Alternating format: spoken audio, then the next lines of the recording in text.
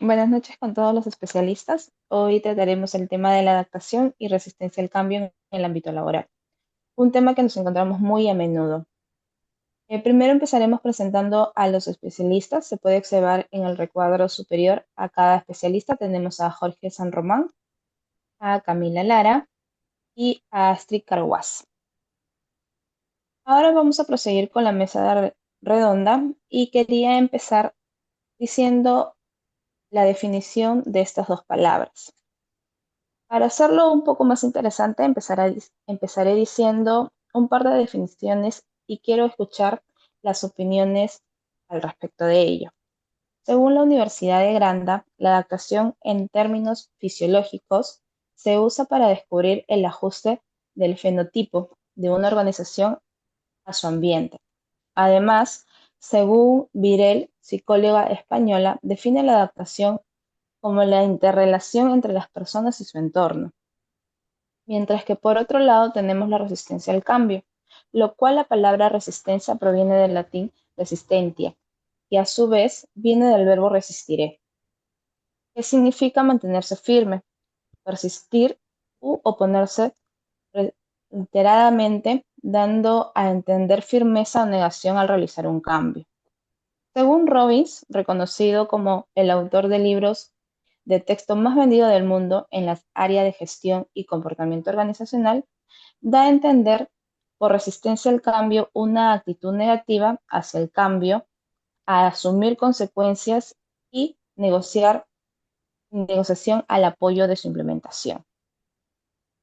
Es muy interesante lo que dices porque me recuerda a cierta teoría de la adaptación, el cual es un concepto que la psicología retoma de la biología, ya que en la biología se habla de la adaptación principalmente a partir de las teorías de la evolución propuestas por Darwin, que se divide en tres fases de la evolución hereditaria, y Lamarck que nos mencionaba sobre la adaptación por leyes naturales. Menciono esto porque nos habla sobre la adaptación del ser vivo para subsistir, dando a entender que si hay un tipo de resistencia al cambio, es imposible evolucionar y vivir al día a día. En caso de los seres humanos, como seres pensantes, la adaptación se presenta en lo biológico mediante un equilibrio entre la asimilación y la acomodación. Esto es, entre las acciones del individuo sobre el medio y la asimilación y acomodación. Esta también dependerá de la situación del entorno y características propias de la persona. Quería mencionar un caso específico en el ámbito laboral que ha sido popular y estoy seguro de que todos se dieron cuenta. En época de pandemia, la educación tuvo un cambio radical a la situación y muchas personas no pudieron acostumbrarse. Hay un punto interesante del cual quería explicarles y de lo que mencionas. Si le damos más un punto evolutivo a la adaptación, podemos notar que es una herramienta crucial para la supervivencia. Por ejemplo, durante la pandemia que pasamos en el 2020, durante el COVID-19, muchas empresas y trabajadores tuvieron que adaptar el teletrabajo. Según la Organización Internacional del Trabajo, en 2021, el 27% de trabajadores a nivel internacional o bueno mundial adoptaron modalidades de trabajo remoto, y aunque inicialmente fue un reto, el 78% de las empresas reconocieron mejores en productividad y satisfacción laboral tras ajustarse al modelo. Pero la adaptación no es solo un fenómeno global, sino también la experimentamos en lo personal. Pensemos en ejemplos más comunes, ¿no? En situaciones más comunes como una mudanza de una ciudad a otra o también de un distrito a otro. En este caso me pasó una experiencia parecida, ya que yo soy de Lima, pero viví 17 años en Chiclayo. Entonces como que sí chocó un poco, más o menos, ya que el clima es diferente, el tráfico también es diferente, hasta inclusive la comida es un poco diferente. Muy interesante.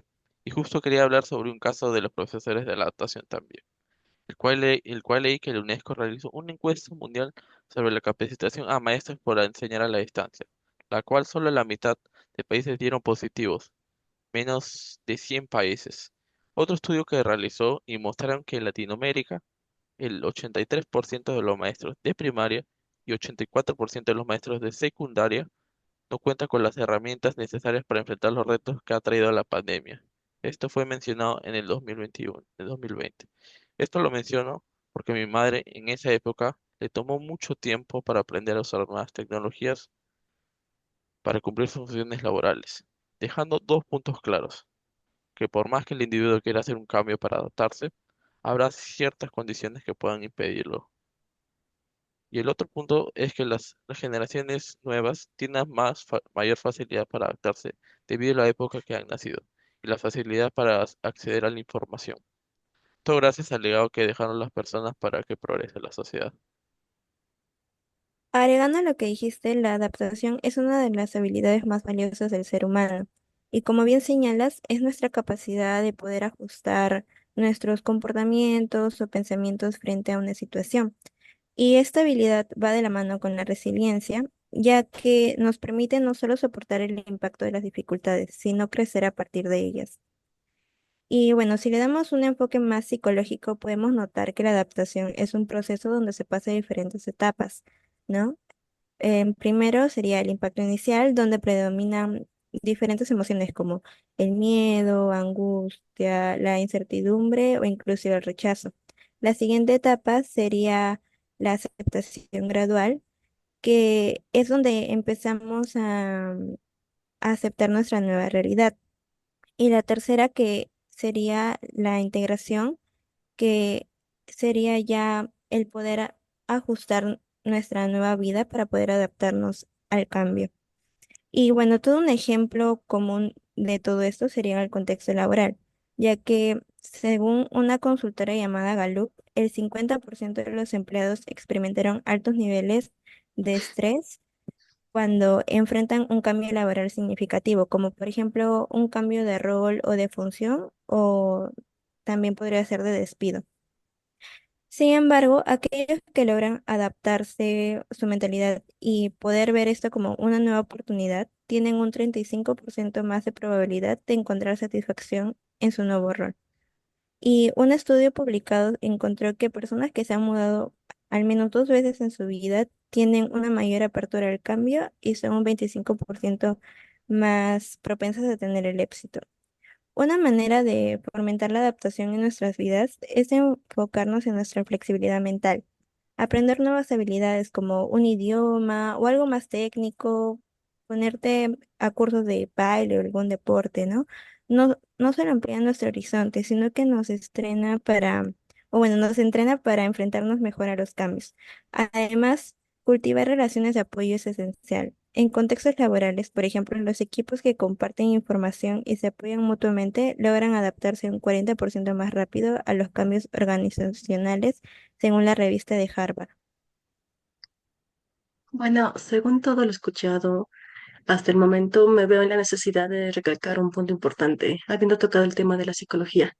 Y es que hay un grupo de personas que serían las personas con enfermedades mentales que presentan un problema un poco mayor al cambio. Estas van desde las enfermedades más básicas, por así decirlo, aunque es ofensivo, pero va desde enfermedades como la depresión o la ansiedad hasta enfermedades que son con un tratamiento más especial, como lo sería el TDAH, el TID, o casos que requieren un tratamiento demasiado específico y con una rutina que sería muy difícil para muchos acoplarse.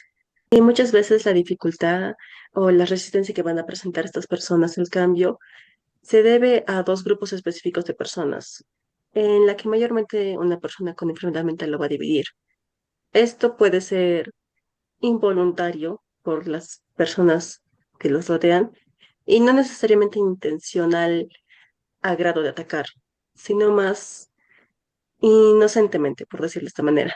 Y estos grupos se dividen en las personas que lastiman, entre muchas comillas, a las personas al querer disminuir sus trabajos o el esfuerzo que van a hacer las personas con enfermedades mentales.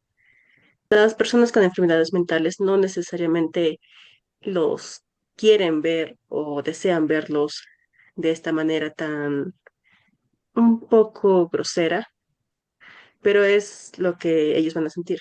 ¿Por qué? Porque muchas veces, en la mayoría de casos, no voy a decir todos, pero estas palabras les provocan estrés, irritabilidad, y es porque llegan a ser muy sensibles a las palabras.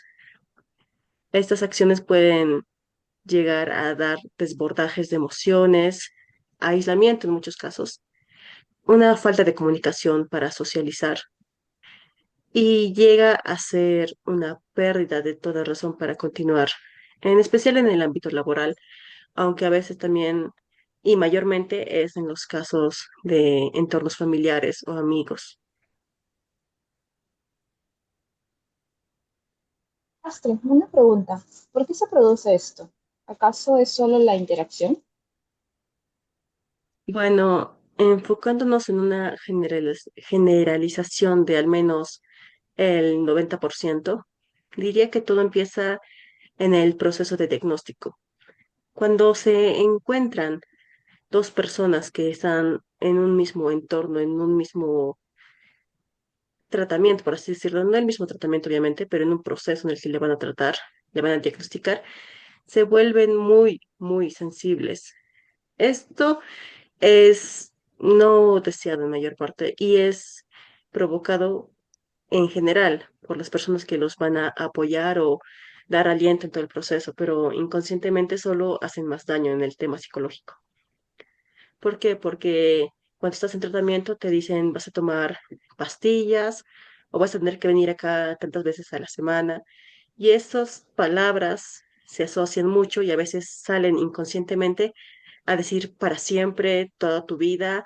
El tratamiento en especial es una palabra que golpea muy fuerte. Parece que solo tiene que tomar unas cuantas pastillas, acoplarse al horario, dormir a cierta hora, pero no es así.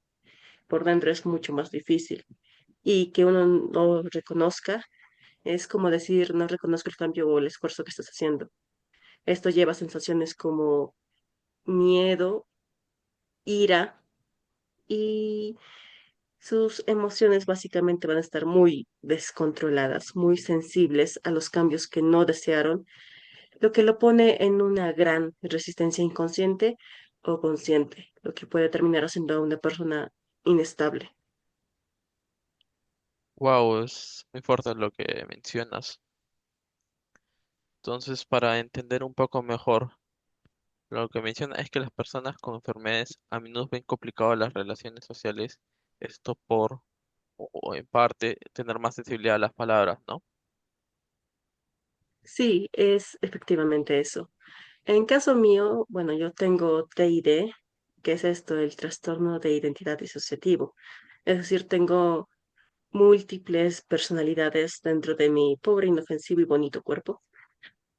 Pero bueno, ese es un gran problema también, porque en este caso yo tengo demasiadas identidades, por así decirlo, cada una con diferente edad, diferente recuerdo, incluso diferente época. Cuando aparecen es como en qué siglo estamos, en qué está pasando, y toda la interacción que va a tener, todo el cambio de golpe que estás sintiendo, llega a ser desequilibrante.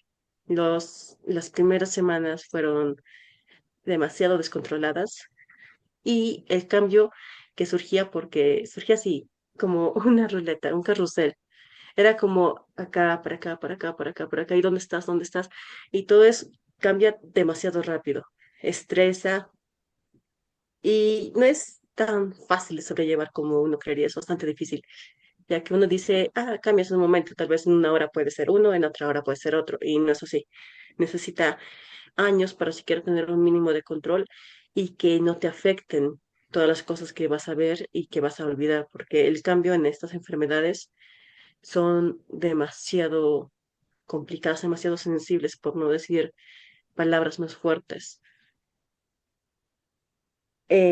Cuando Oh, una personalidad puede tomar el control en áreas de trabajo, estudios, puede complicar más las cosas, porque yo podría haber estudiado algo, yo podría estar trabajando en algo, pero si de repente cambio, esa persona no lo va a ver así, va a decir, ¿qué estamos trabajando? ¿Qué estamos estudiando? ¿Qué está pasando? Y el cambio va a ser como, tengo conciencia de repente, ¿y ahora qué hago? Tiene que acoplarse a su entorno y en trabajo es más difícil porque tiene que ser de inmediato, tiene que entrar en cuenta de inmediato. La sensación de vacío se siente extremadamente fuerte. Es un miedo a lo desconocido que se asocia a una de las etapas del cambio y también al que se enfrentarán, a qué pensarán, quién me conoce y dónde estoy. Este ya es un tema más amplio en psicológicamente, hablando y no es para hablar en unos minutos. Sería muchísimo más largo. Pero en sí, cada situación impredecible que te presenta en este caso es como necesito acoplarme a fuerza. Y eso asusta, da miedo, mucho miedo. Oh, muy interesante todo lo mencionado en esta mesa redonda, pero ya se nos acaba el tiempo. Para cerrar la mesa redonda, podemos deducir que la adaptación es necesaria para el ser humano para poder evolucionar y poder seguir día a día. La resistencia al cambio hace todo lo contrario y nos pone en una zona de confort, aunque puede existir factores que ayuden a que estemos con una mentalidad de resistencia al cambio. Bueno, ahora hablaremos de nuestra reflexión del trabajo y del curso en general, de nuestra perspectiva como estudiante. ¿Alguien desea empezar? Sí, afirmativo. En este conversatorio y en otra oportunidad, si mal no recuerdo, fue en la EP2, tuve la posibilidad de trabajar con mis compañeras y me llevo una buena experiencia trabajando en grupo y los materiales del curso también, ya que han facilitado el aprendizaje y me llevo unos conocimientos para tratar de aplicarlos a la realidad. Fue muy interesante tratar este tema en específico, porque la actuación es un tema común entre todos nosotros y estoy seguro que todos en una oportunidad hemos tenido un momento de resistencia al cambio, sin importar la situación. Por otro lado, puedo afirmar que en general el curso me ha ayudado a comprender ciertos temas personales y por obvias razones, también agradecer a la profesora del curso por darnos una educación interactiva y fácil. Me recuerda ciertas frases que leí: un ser humano no alcanza sus cotas más altas hasta que está educado. Horace Mann, quien fue el hijo de un granjero pobre, huérfano autodidacta, el cual llegó a ser un gran reformador de la educación pública americana. Lo que se entiende es que uno no podrá ser el mejor ni estará preparado hasta entender y recibir la correcta educación. Bien, ¿y qué me cuentan ustedes? Bueno, mis compañeros y yo podemos afirmar que el autoconocimiento fue la competencia intrapersonal que más desarrollamos. En todo lo que ha sido este curso durante las semanas, vimos técnicas y conocimientos como el FODA, la lluvia de ideas y diferentes TEDs, que me dejaron explorar un poco dentro de mí y cómo respondo ante situaciones. En mi caso me gustó mucho tratar este tema tan interesante y además me gustó mucho el trabajo en el curso, tanto en el trabajo de la profesora en explicarnos los temas de manera dinámica y nuestro trabajo en grupo. Me he sentido cómoda y a gusto trabajando con ustedes. En mi caso, la reflexión que me llevo sobre la adaptación y resistencia al cambio es que nos recuerda la importancia de ser flexibles y abiertos a los cambios u oportunidades que se nos presentan en nuestra vida laboral. Puede ser, pues nuestros líderes o nuestros jefes, ya sea el caso, juegan un papel muy importante eh, y crucial en facilitar el cambio, proporcionándonos el apoyo. Al abordar la resistencia y empatía con empatía y promover la cultura de aprendizaje continuo, podemos transformar los desafíos en oportunidades. Así no solo mejoramos como personas, sino también nos fortalecemos en nuestras organizaciones. Eh, Esto lo veo como un aprendizaje, pues ya me ha pasado al entrar a un nuevo reto, a un nuevo ascenso en mi empresa. Me resistí mucho al cambio y tuve que adaptarme a estas nuevas funciones, donde tuve mucho estrés por querer aprender todo de un momento sin pasar los procesos debidos para poder llevar con calma este nuevo cambio. Así que este curso me ha ayudado un montón. Hoy por hoy ya me encuentro más tranquila, más enfocada ya en lo que he aprendido y sigo aprendiendo. Bueno, para yo terminar, el curso de competencias intrapersonales creo que ayuda en general a la mayoría contando todos los temas que trata, porque incluso si yo ya poseía un orden especial para mí, al menos el curso me ha hecho darme cuenta de varias cosas que me faltaban desarrollar. Me ha dado bastantes bases para las cuales sostenerme. No puedo decir que solo un tema me ayudó porque creo que fueron varios, me va a seguir faltando, pero al menos siquiera ya sé cómo manejarlo más adecuadamente. Eh, lo que sí es que la etapa, la resistencia al cambio, el cambio en general, las etapas que voy a tener ahí, va a ser todavía un proceso bastante largo, que va a parecer sencillo, pero no va a ser así, va a ser algo constante, en lo que voy a tener que estar practicando a mi propio ritmo, aunque al menos creo que el curso ha alivianado esta parte y con todas las interacciones, con ustedes siendo tan, con una comunicación tan asertiva, donde nos hemos abierto bastante, donde creo que me he dado cuenta de algunas habilidades blandas, pero también la influencia social que hemos tenido unos con otros. Creo que más que toda la innovación va a ayudar bastante y me hace sentir más cómoda en todo esto. Gracias. Gracias. Gracias. Gracias, Gracias. pero como los ves, y es que es así, por fuera.